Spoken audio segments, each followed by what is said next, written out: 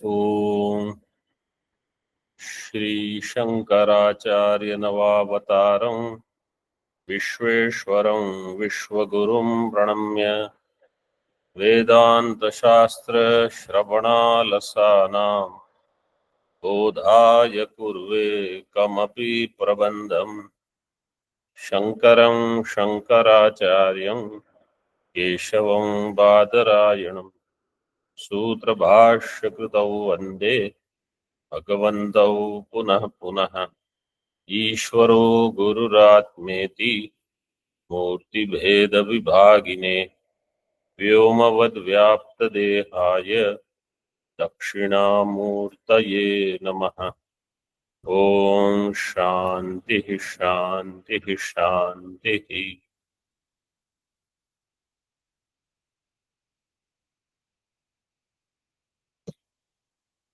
इन दश श्लोकी सिद्धांत बिंदु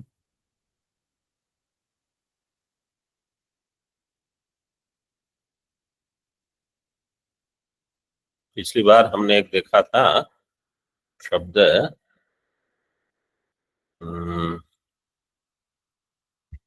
प्रणयनम, दश श्लोकी प्रणयनम व्यर्थम। इसमें सूत्र लगेगा उपसर्गाद असमासेपि णोपदेशस्य।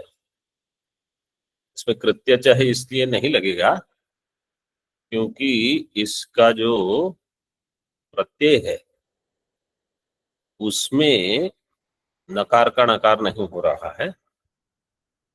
इसमें धातु में णकार हो रहा है, इसलिए उपसर्गात, उपसर्ग है प्र, उसके बाद असमास होने पर भी णोपदेशस्य, णकार का उपदेश हो जाएगा।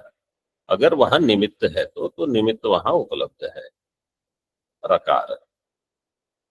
आगे देखिए अगले पृष्ठ पर, पृष्ठ क्रमांक 3 में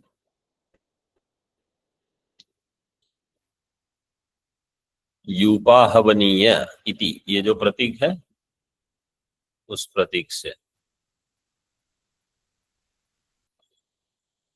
तत् और त्वम पदार्थ का अर्थ जो है वो किस लिए आवश्यक है?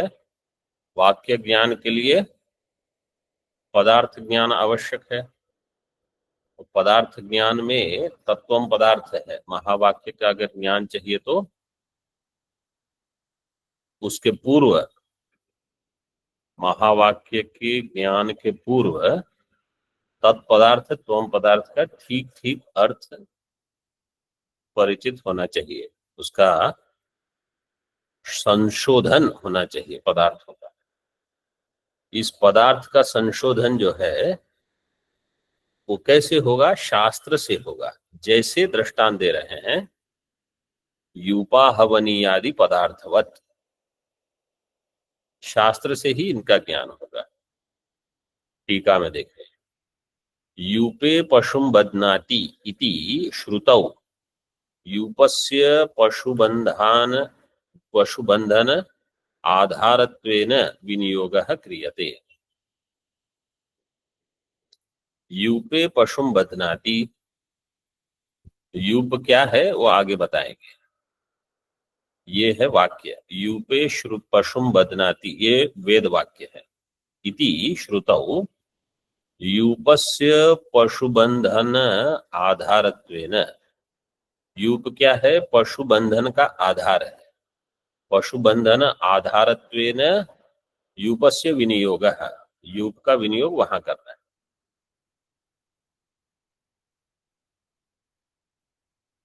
विनियोग का अर्थ है कर्म में उसका उपयोग। तो यूप का उपयोग होगा कर्म में, कहा? पशुबंधन के आधार के रूप में। यूप पदार्थश्च क इति आकांक्षायाम। अब ये प्रश्न होगा कि यूप क्या है? यूप शब्द हम व्यवहार में तो कभी उपयोग करते नहीं।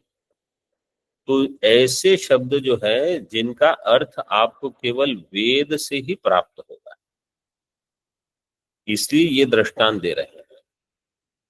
यूप पदार्थस्य कः इति आकांक्षायाम यूपम तक्षति, यूपम अष्टाश्री करोति इति श्रुत्या तक्षणेन अष्टाश्रीकृतः खादिर काष्ठ विशेषो यूपपदवाच्य इति निश्चीयते। यूप का अर्थ एक अन्य श्रुति से प्राप्त होगा, वेद से ही प्राप्त होगा। क्या है वो श्रुति? यूपम तक्षति, यूपम अष्टाश्री करोति। इस श्रुति के द्वारा, मतलब वहां इस श्रुति के आगे पीछे ये उल्लेख है कि तक्षणेन अष्टाश्री कृतः।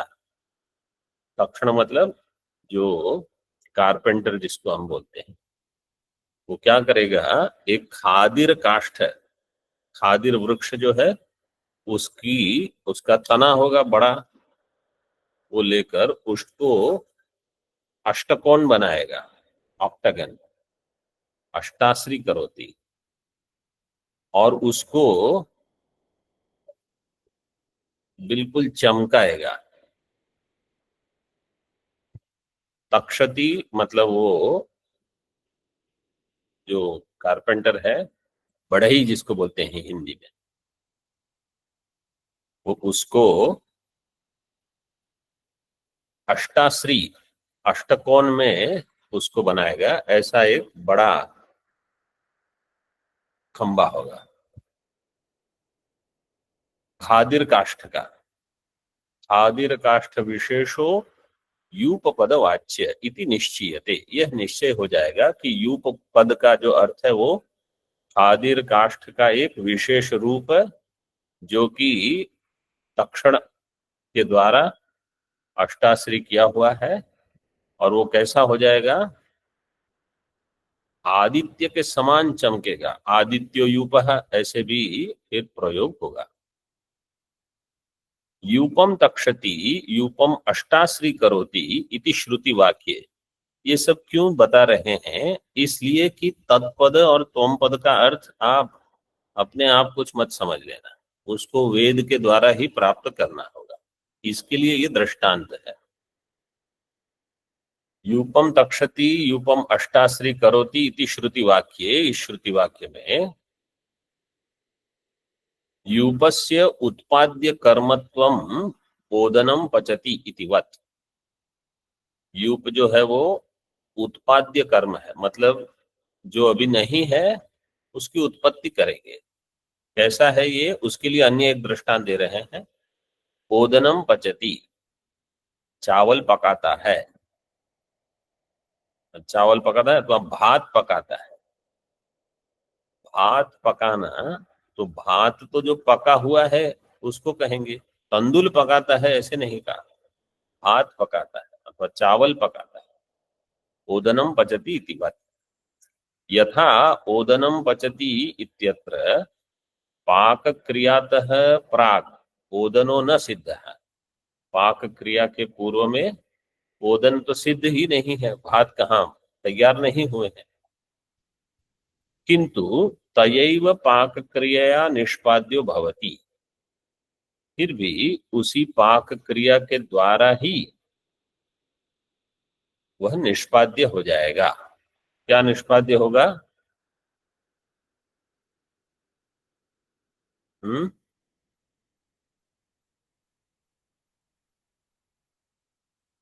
क्या निष्पाद्य होगा?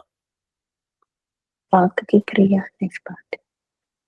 हाँ, पाक की क्रिया नहीं,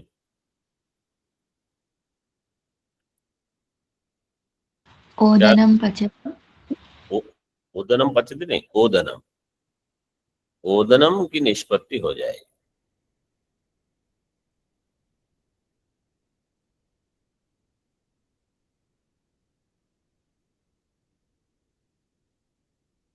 इसी प्रकार तथा अत्र तक्षणेन अष्टाश्रीकरणेन च यूपो निष्पाद्यो भवति। इस प्रकार तक्षण, ये तक्षक जो है, जो कारपेंटर का काम करता है, वो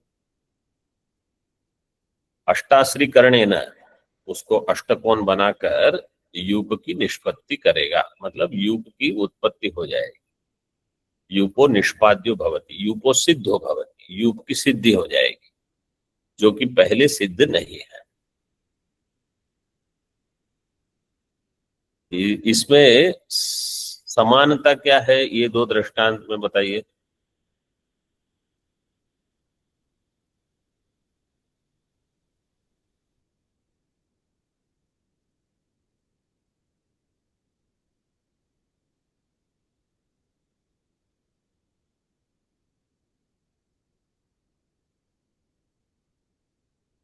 यूप का दृष्टांत और ओदन के दृष्टांत में साम्य क्या है?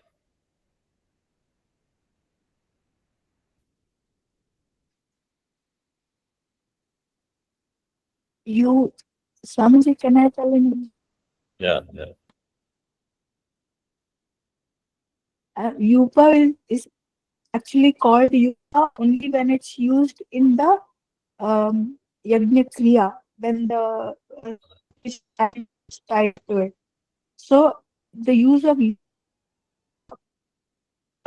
is with reference to the future activity. The rice case is correct correct. reference to state of this book. देखो वहां वाक्य देखो, यूपम अष्टाश्री करोति। वास्तविकता क्या है कि जब वो अष्टाश्री हो जाएगा फिर उसको नाम मिलेगा यूप।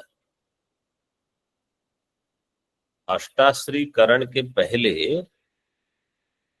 उसका नाम केवल काष्ठ है, वो खादिर का काष्ठ है, वो यूप नहीं है। लेकिन यूप संज्ञा उसको बाद में मिलेगी। फिर भी श्रुति यूपम तक्षति, यूप तक्षति तो वास्तव में तो खादिर काष्ठम तक्षति है, यूपम तक्षति नहीं है। यूपम अष्टाश्री करोति मतलब खादिर काष्ठम अष्टाश्री करोति। फिर जब वो स्तंभ के रूप में रहेगा तब उसको यूप संज्ञा मिलेगी। ऐसे ही जैसे ओदनम पचती, तो पका तो भात नहीं पका रहे हैं, वो तो चावल पका रहे हैं, जिसका परिणाम होगा ओदनम, भात। लेकिन पहले ही उसको नाम दे दिया ओदनम पचती। तो भविष्यत क्रिया को ध्यान में रखते हुए अभी उसकी वो संज्ञा कर दी। जैसे हम साधारण देखते हैं, कोई महात्मा मां समझो कैलाश में आए हैं, तो अभी तो मतलब श्वेत वस्त्र में है और जनेऊ संस्कार भी नहीं हुए, ऐसे ही आए हैं।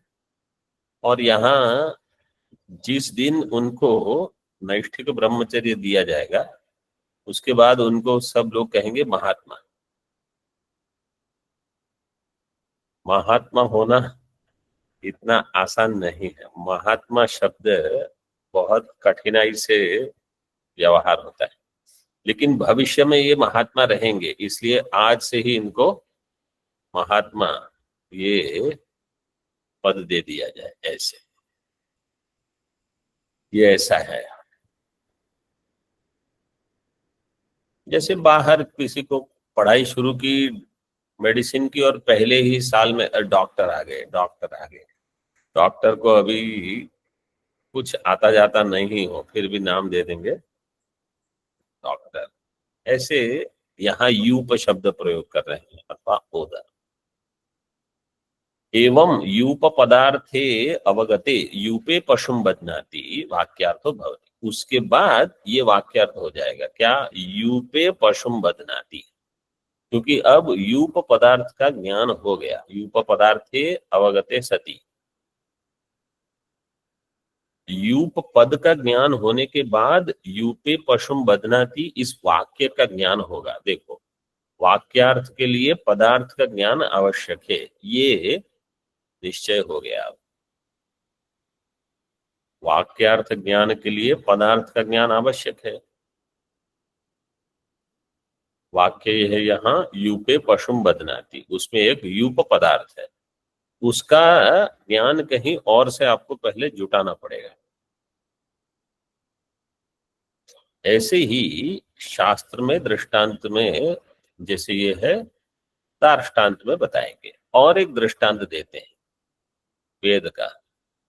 एवं एव आहवनीये जुहोति इति अत्र हवनाधारत्वेन आहवनीयो अवगम्यते।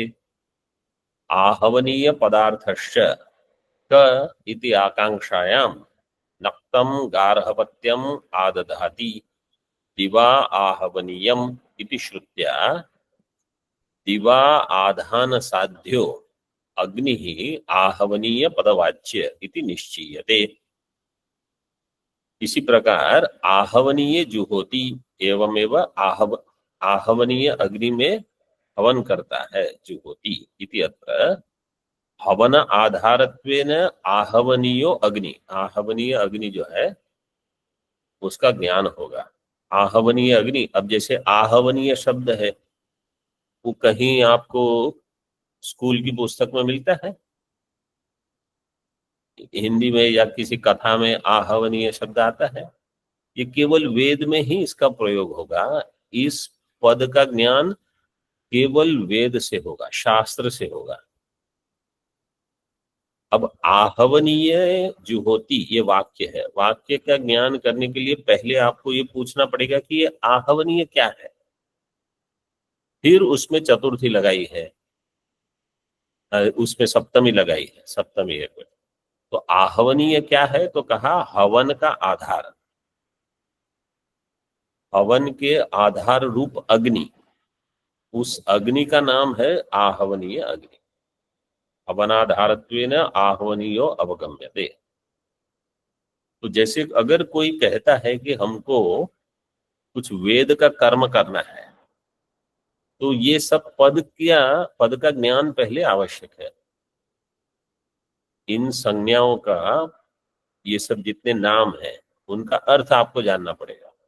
उसके बाद आप इन पदों वाले वाक्यों का अर्थ समझ सकते हो, वेद वाक्यों का। अन्यथा उनका अर्थ बुद्धि में प्रकट ही नहीं होगा। आप कुछ सुनोगे, आपको लगा है मैं कुछ सुन रहा हूं, लेकिन बुद्धि में कुछ प्रविष्ट ही नहीं होगा। आप कहोगे मैं हिंदी तो जानता हूँ, ये हिंदी में पाठ चल रहा है, मुझे क्यों समझ नहीं आया ये तत्वमसि क्या है। ये ऐसे ही है आहवनीय जुहोति अथवा यूपे पशु बदनाती। तो अगर यूप क्या है वही पता नहीं, आप बाकी वाक्य कहाँ, पशु कहाँ बांधोगे। आगे देखो, आहवनीय पदार्थस्य क इति आकांक्षाया नक्तं गार्हपत्यम आदधाति दिवा आहवनीयम इति श्रुत्या दिवाधान साध्यो अग्निः आहवनीय पदवाच्य इति निश्चीयते। आहवनीय पदार्थ क्या है? अब ये आकांक्षा होगी, क्योंकि आहवनीय जुहोति ये आपने सुन लिया। इति आकांक्षायाम नक्तं गार्हपत्यम आदधाति दिवा आहवनीयम। ये अन्य एक श्रुति आपको देखनी पड़ेगी। वहां क्या कहा है? नक्तम मतलब रात्रौ, रात्रि में गार्हपत्य अग्नि में हवन करेगा आदधाति, और दिवा दिन में आहवनीय अग्नि में। इति श्रुत्या दिवा आधान साध्यो अग्नि ही आहवनीय पदवाच्य। दिवा दिन में मतलब जब सूर्य की उपस्थिति हो तब जो आधान किया जाएगा, तो वो आधान की सिद्धि का जो अग्नि होगा, दिवा आधान साध्यो अग्नि, वो अग्नि है आहवनीय पदवाच्य। और जो रात्रि में होगा उस अग्नि को, वह गार्हपत्य अग्नि होगा। उस गार्हपत्य अग्नि में आपको हवन करना होगा। फिर उसमें प्रश्न होगा कि ये आहवनीय अग्नि कैसे प्रकट करना, गार्हपत्य अग्नि कैसे प्रकट करना, उसकी अपनी क्रिया है, वो हमको यहाँ आवश्यक नहीं है। आवश्यक केवल ये है कि वाक्यार्थ ज्ञान के लिए पदार्थ ज्ञान आवश्यक है। आहवनीय जुहोति इस वाक्य का अर्थ तब पता चलेगा जब आपको आहवनीय पद का ज्ञान होगा। आहवनीय पद का ज्ञान आपको शास्त्र से ही होगा। और जब तक वो निश्चय नहीं हुआ तब तक आप आगे इसका विचार नहीं कर सकते। इति निश्चीयते। अब आगे जो प्रतीक है तत्पदवाच्यस्य अर्थस्य इति।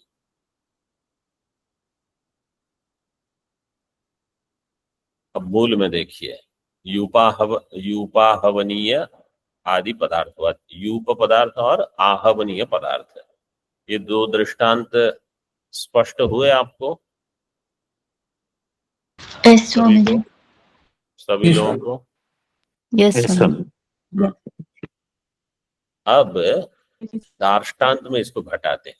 पहले केवल हम थोड़ा मूल देखेंगे तो आपको सरलता से समझ में आ जाए, फिर टीका में देखेंगे। अब क्या बताएंगे, दो पद है, तत्पद और त्वम पद। हमको त्वम पद का वाच्यार्थ लक्ष्यार्थ दोनों चाहिए, तत्पद का वाच्यार्थ लक्ष्यार्थ दोनों चाहिए। जब इनका भान हो जाएगा फिर हम तत्वमसि के लिए विचार आरंभ कर सकते हैं। तो तत्पद का वाच्यार्थ ये भी श्रुति से मिलेगा। कोई श्रुति बताएगी तत्पद का वाच्यार्थ क्या है, कोई श्रुति बताएगी तत्पद का लक्ष्यार्थ क्या है। इसी प्रकार किसी श्रुति से, मतलब एक ही श्रुति हो ये आवश्यक नहीं है, अनेक श्रुति हो सकती है। एक दो श्रुति यहाँ बताई है, बाकी हमने उपनिषद बहुत पढ़े हैं, तो आप अपने आप समझ लो कि यहाँ कौन सा वाक्य लगेगा। तत्पद का वाच्यार्थ, त्वम पद का वाच्यार्थ और तत्पद के और त्वम पद के लक्ष्यार्थ।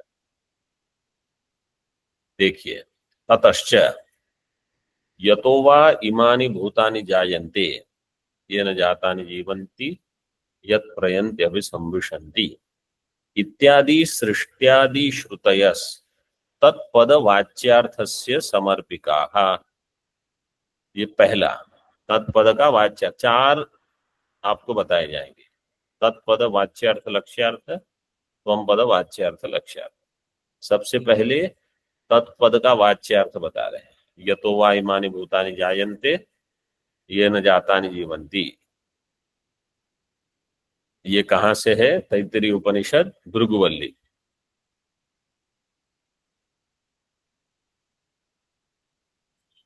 तो इसमें तत्पद का अर्थ है ब्रह्म।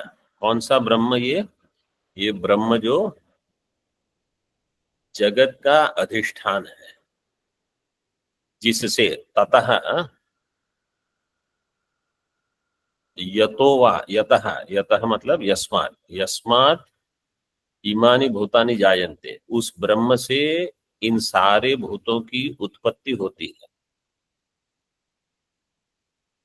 ये न जातानि जीवंती, जो उत्पन्न हुए हैं वो इसी से जीवित रहते हैं, मतलब उनकी स्थिति ब्रह्म में ही है, ब्रह्म से है, उनकी उत्पत्ति ब्रह्म से है, उनकी स्थिति ब्रह्म से है। यत् प्रयन्ति अभिसंविशन्ति, और जिसके प्रति यत् प्रयन्ति अभिसंविशन्ति, उसी में जाते हुए ये उसमें प्रविष्ट होते हैं सारे जीव। ब्रह्म की तरफ ही उनका लय होगा, ब्रह्म में लय होगा।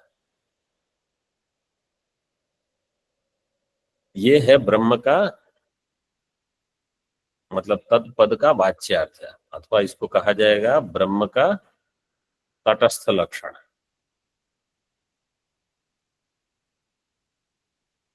तो जो जो सृष्टि वाली श्रुतियां हैं, इत्यादि सृष्ट्यादि श्रुतया, सृष्टि प्रतिपादक जो श्रुति होगी वो सारी तत्पद के वाच्यार्थ की समर्पिका होगी।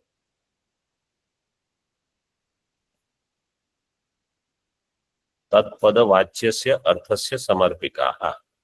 अब आप मुझे बताइए एक दो दृष्टांत जो तत्पद के वाच्यार्थ की समर्पिका श्रुति होगी ऐसी।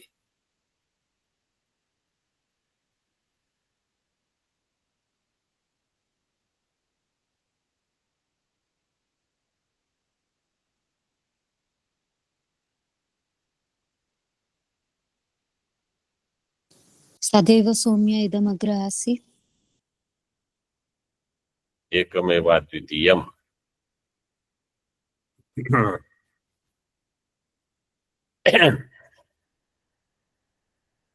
उसको वाच्यार्थ क्यों कहेंगे?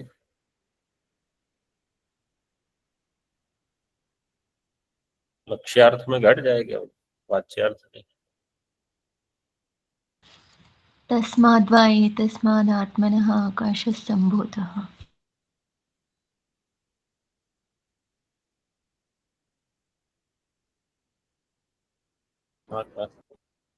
मतलब उसमें तत्पद का लक्षण होना चाहिए। और यहाँ तस्माद् वा एतस्माद् आत्मनः आकाश संभूतः, मतलब आत्मा,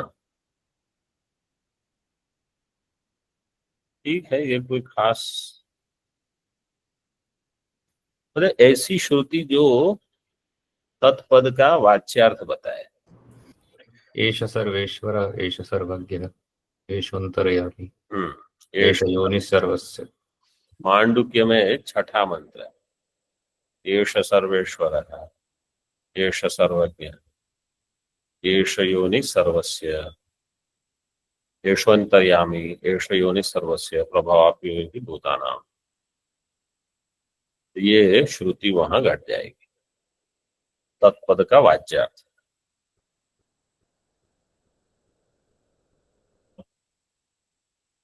अथवा कोई श्रुति हो, उसका एक या उसके थोड़े पद वो तत्पद का वाच्यार्थ हो सकते हैं। जैसे भूत योनि, मुंडक उपनिषद में जो मंत्र है उसमें नित्यम विभुम सर्वगतम सुसूक्ष्मम, उसके बाद तद भूत योनिम यद भूत योनिम परिपश्यन्ति धीरा। तो भूत योनि जो है ये वाच्यार्थ है,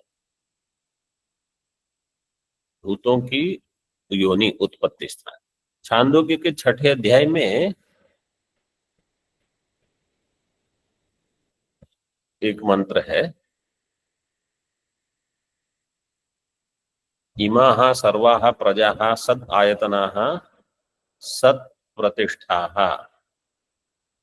ये जो वाक्य है, और भी कुछ है उसमें, सद, लेकिन सद आयतनाः सत प्रतिष्ठा, इमाः सर्वाः प्रजाः, ये समस्त जो सृष्टि है उसका आयतन है सत, और सत उनकी प्रतिष्ठा है।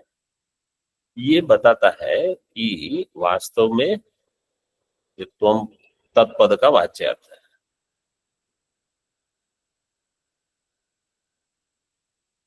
ये वही यतो वा इमानि भूतानि वाली छांदोग्य की श्रुति।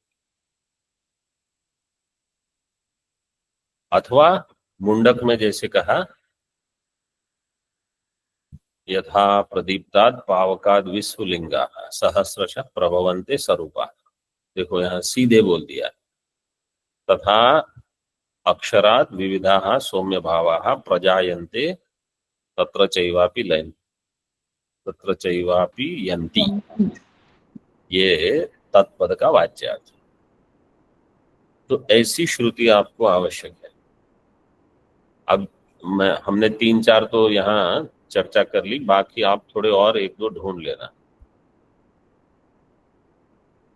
अब तत्पद का लक्ष्यार्थ बता रहे हैं, सत्यम ज्ञानम अनंतम ब्रह्म, अथवा जो सदैव सौम्य इदमग्र आसीत् एकमेवाद्वितीयम्, ये लक्ष्यार्थ है। इत्यादयस्तु लक्ष्यार्थस्य, ये सब लक्ष्यार्थ वाली श्रुति है। इसके लिए तत्पद की त्वम पद तत्पद। तत्पद। अब त्वम पद के लिए दृष्टांत देते हैं। अभी पहले आप 1-2 दृष्टांत मुझे बताइए इसके लिए तत्पद का लक्ष्यार्थ है। तत्पद के लक्ष्यार्थ की तो बहुत श्रुतियां हैं।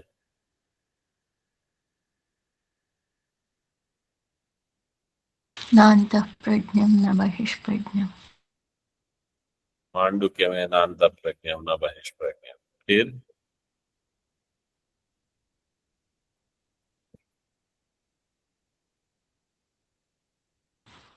यत्तददृश्यमग्राह्यमगोत्रम्। ये हो गया मुंडक। मुंडक। और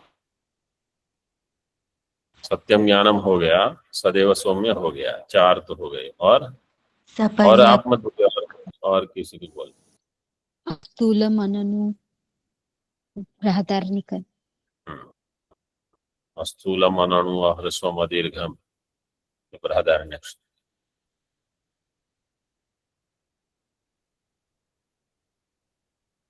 ऐसे और अनेक श्रुतियां हैं जो केवल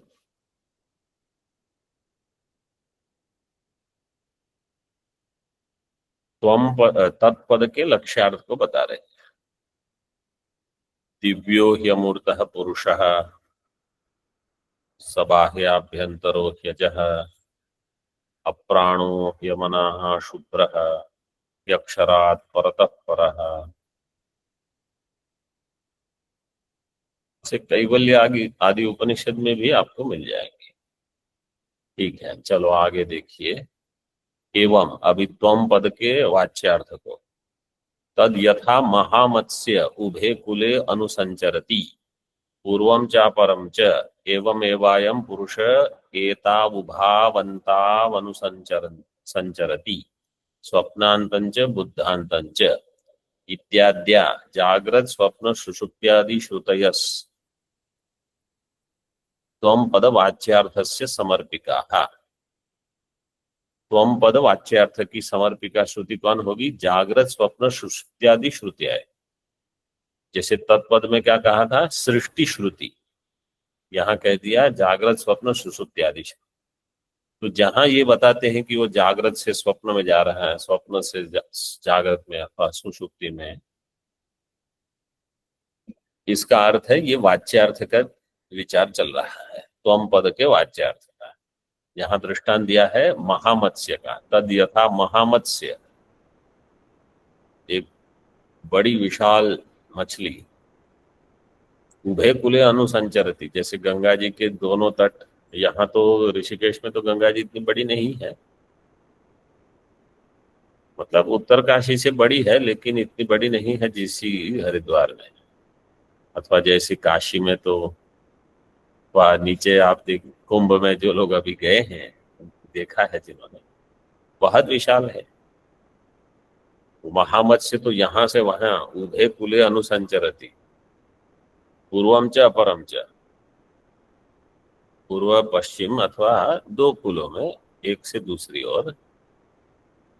एवं एवं अयम पुरुष, इसी प्रकार यह पुरुष मतलब जीवात्मा, एतौ उभौ अनुसंचरति, एतौ उभौ अन्तौ, एतावुभावन्ता वनुसंचरति। ये 2 अंत मतलब कौन से? स्वप्नांतम बुद्धांतम। अंत का अर्थ है मध्य, स्वप्नांतम का अर्थ है स्वप्न मध्य, बुद्धांतम का अर्थ है जागृत मध्य। स्वप्नांतं जागरितांतं च उभौ येनानुपश्यति, कठोपनिषद में भी आया है। तो ये स्वप्न से जागृत में विचरण करता है जीवात्मा, और सुषुप्ति उसके बीच में है।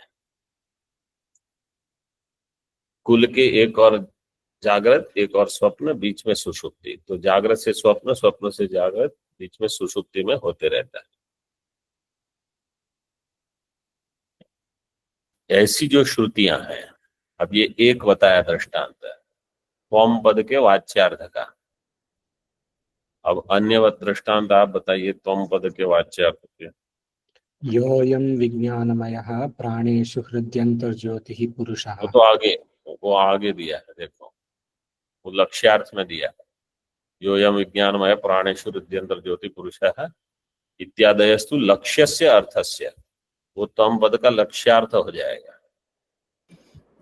नान्यो अतो अस्ति दृष्टा, नान्यो अतो अस्ति श्रोता।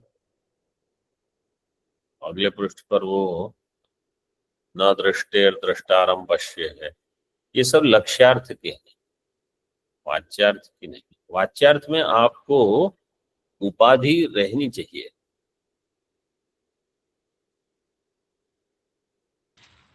न सुप्तो कंचन कामं कामयते।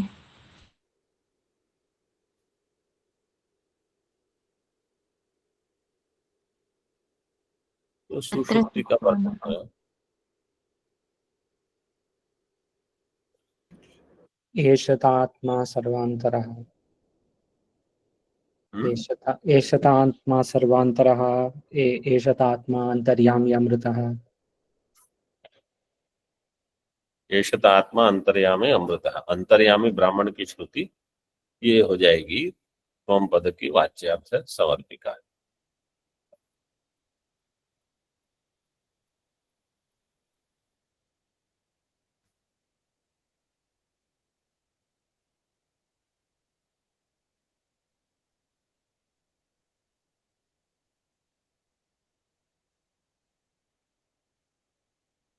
स एव माया परिमोहित आत्मा, सह एव माया परिमोहित आत्मा, ये हो गया वाच्यार्थ त्वम पद का।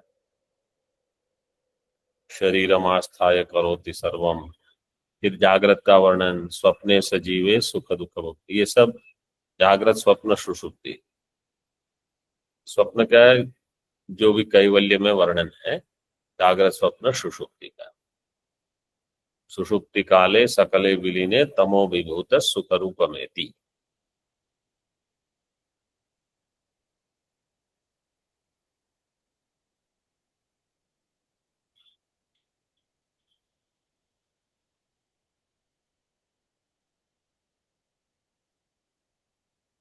ये वाच्यार्थ की श्रुति है। और कोई त्वम पद के वाच्यार्थ की श्रुति? जागरितस्थानः बहिष्प्रज्ञः सप्ताङ्गः एकोनविंशतिमुखः। या ये त्वम पद के वाच्यार्थ की हो जाएगी। जागृत स्थान और स्वप्न स्थान, ये मतलब जहां उपाधि को लेकर आपका हमारा वर्णन होता है। ठीक है, अब त्वम पद का लक्ष्यार्थ बता रहे हैं। योयम विज्ञानमय प्राणेषु हृदयंतर ज्योति पुरुषः, एक न दृष्टेर दृष्टारम पश्ये है इत्यादयस्तु लक्ष्यस्य अर्थस्य। त्वम पदस्य लक्ष्यस्य अर्थस्य, फिर आगे लक्ष्यस्य अर्थस्य वाक्य कैसे पूरा करेंगे?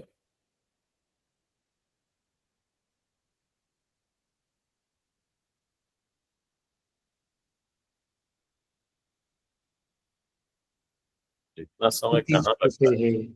हाँ, इति श्रुतेः। नहीं, समर्पिका वहां दिया तो है पूर्व वाक्य में, पदवाच्यार्थस्य समर्पिका इत्यादयस्तु लक्ष्यास्य अर्थस्य समर्पिका।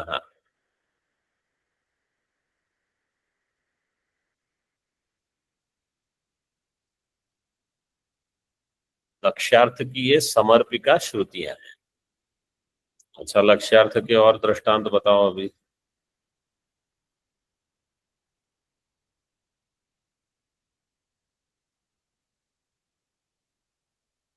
त्वम पद के लक्ष्यार्थ का दृष्टांत।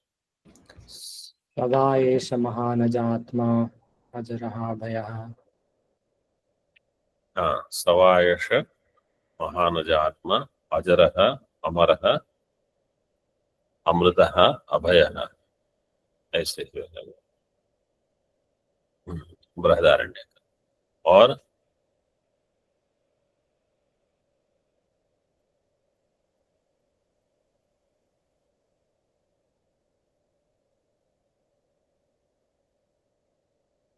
न जायते म्रियते वा विपश्चित् नायं कुतश्चिन्न बभूव। ये हो गया त्वम कठोपनिषद त्वम पद का लक्ष्यार्थ। न जायते म्रियते वा विपश्चिन्नायं कश्चिन्न बभूव कश्चित्।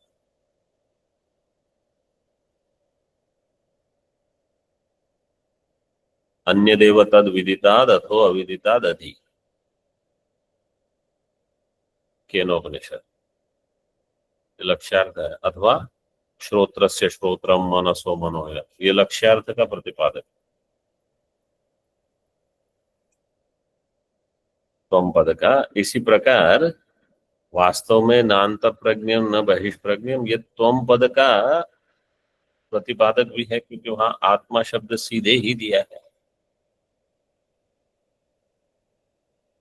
जागृत स्वप्न सुषुप्त्यादि प्रपंचम यत् प्रकाशते तद ब्रह्माहमिति ज्ञात्वा सर्वबंधैः प्रमुच्यते। वहां तो ऐक्य भी है।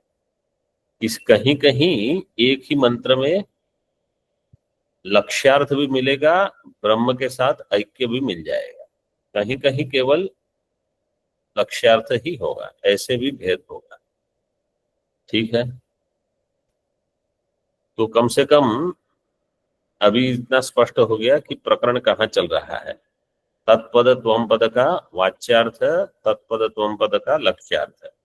वाक्यार्थ ज्ञान के लिए पदार्थ ज्ञान आवश्यक है। ठीक है, अब टीका में देखो।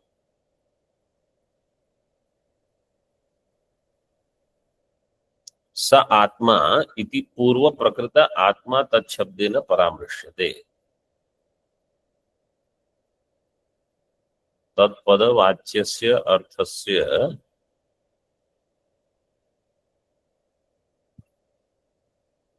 इति, तो स आत्मा कहां से आएगा? इति परामृश्यते।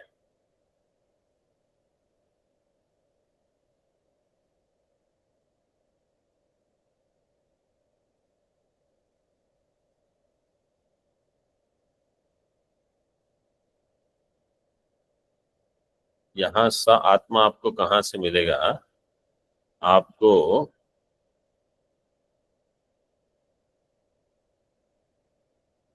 तत्सत्यम स आत्मा तत्वमसि, ये जो है वो पूर्व प्रकृत है, उसका तत् शब्द से परामर्थ होगा।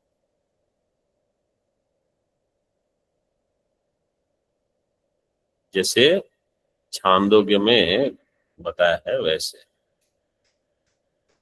इत्यादि सृष्ट्यादि श्रुतयः तत्पद वाच्य से अर्थ से समर्पिका। तो जो तत्पद वाच्य की समर्पिका श्रुति है उनको यहाँ लिया है। स एषोणिमा तदात्म्यमिदं सर्वम तत्सत्यम स आत्मा, वो स आत्मा लिया है। पूर्व प्रकृत आत्मा तत्शब्देन परामृश्यते। आत्मस्वरूपम च कीदृशम इति विचार्यमाणे। अब आत्मस्वरूप कैसा है, किस प्रकार का है, ऐसा विचार करने पर आत्म ब्रह्म शब्दयोः अयम आत्मा ब्रह्म इति श्रुत्यैकार्थत्व बोधनात्। आत्मा और ब्रह्म इनका ज्ञान कहाँ से होगा? अयम आत्मा ब्रह्म इति श्रुत्यैकार्थत्व बोधनात् ब्रह्म शब्देन च। अब ब्रह्म का अर्थ क्या है? यतो वा इमानि भूतानि जायन्ते येन जातानि जीवन्ति यत् प्रयन्ति अभिसंविशन्ति तद् ब्रह्म इति तैत्तिरीय श्रुतौ जगत जन्मादि कारणस्य निर्देशात्। ये जो तैत्तिरीय श्रुति है 3-5-1 3-5-1 है वास्तव में, लेकिन वो अनुवाक, प्रथम अनुवाक है, उसमें 5 मंत्र ऐसे विभाग किए होंगे, इसलिए 3-5-1 दिया। इति तैत्तिरीय श्रुतौ, तैत्तिरीय श्रुति में जगत जन्मादि कारण है ब्रह्म। जगत जन्मादि कारणस्य निर्देशात् आत्मनो जगत जन्मादि कारणत्वं सिद्धम इति तादृशस्य आत्मस्वरूपस्य अत्र तत्शब्देन परामर्श। यहाँ तत्शब्द से उसी का परामर्श होता है। जैसे हम समझो, मैं दृष्टांत देता हूं आज के लिए खास। कोई कहेगा राम नवमी है आज। राम शब्द का अर्थ आपको कहां से मिलेगा?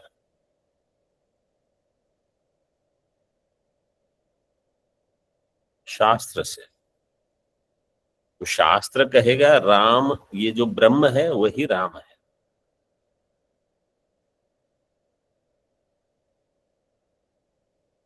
तो राम का ध्यान करो अगर कोई कहता है और आप कहोगे कि मैं ब्रह्म का चिंतन कर रहा हूं, तो आप राम का ध्यान कर रहे हो कि नहीं कर रहे हो?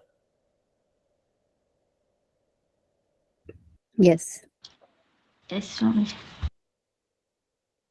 हाँ, क्योंकि राम ही Yes, वास्तव में ब्रह्म है,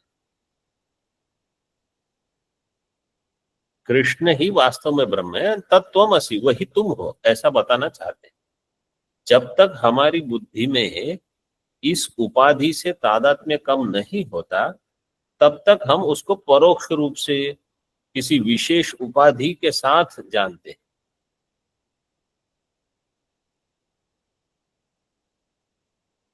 मतलब कहीं किसी को ऐसा न लगे कि अरे आज रामनवमी है लेकिन मैंने तो कुछ किया ही नहीं आज रामचंद्र जी का, तो ये ब्रह्म विचार है वो क्या है? ये वही ये है।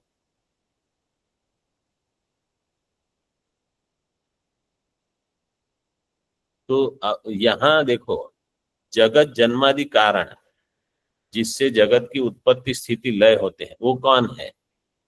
वही तो ब्रह्म है, उसी का एक नाम दे दिया राम।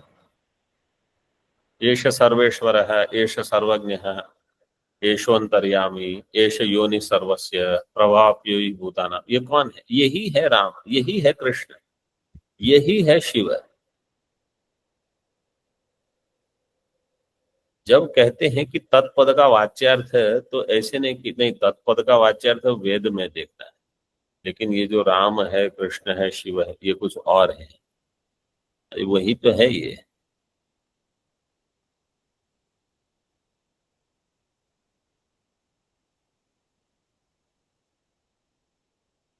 वही वाच्यार्थ में, उसी में हमको मिथ्या को हटाकर सत्य को जानना है, वो होगा लक्ष्यार्थ।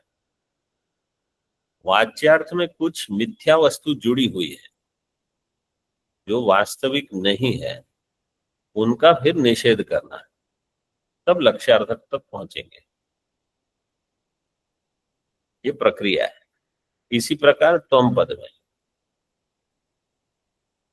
तो सभी पता होना चाहिए कि वाच्यार्थ मतलब श्रुति में जिसको वाच्यार्थ कहा वो क्या है, उसका पुराणों के साथ सामंजस्य कैसे करेंगे, उसी का योग वाशिष्ठ के साथ सामंजस्य कैसे करोगे।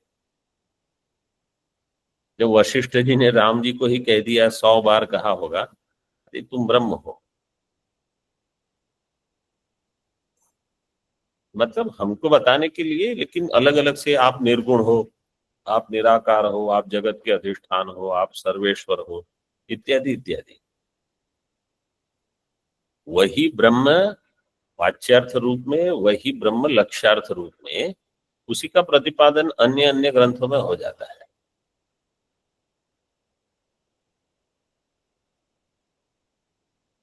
तो जगत जन्मादि कारणत्वम सिद्धम इति तादृशस्य आत्मस्वरूपस्य, यही जो आत्मस्वरूप है, तत्शब्देन परामर्शः, तत्शब्द से इसका परामर्श है। अयम एव तस्य वाच्यो अर्थः, यही इसका वाच्य अर्थ है, मतलब वाच्य अर्थ है।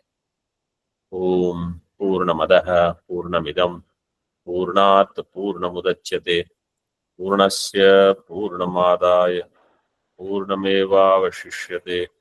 ओम शांति शांति शांति। शंकरं शंकराचार्यं केशवं बादरायणं सूत्रभाष्यकृतौ वन्दे भगवन्तौ पुनः पुनः। ईश्वरो गुरुरात्मेति मूर्तिभेदविभागिने व्योमवद्व्याप्तदेहाय दक्षिणामूर्तये नमः। ओम शांति शांति शांति।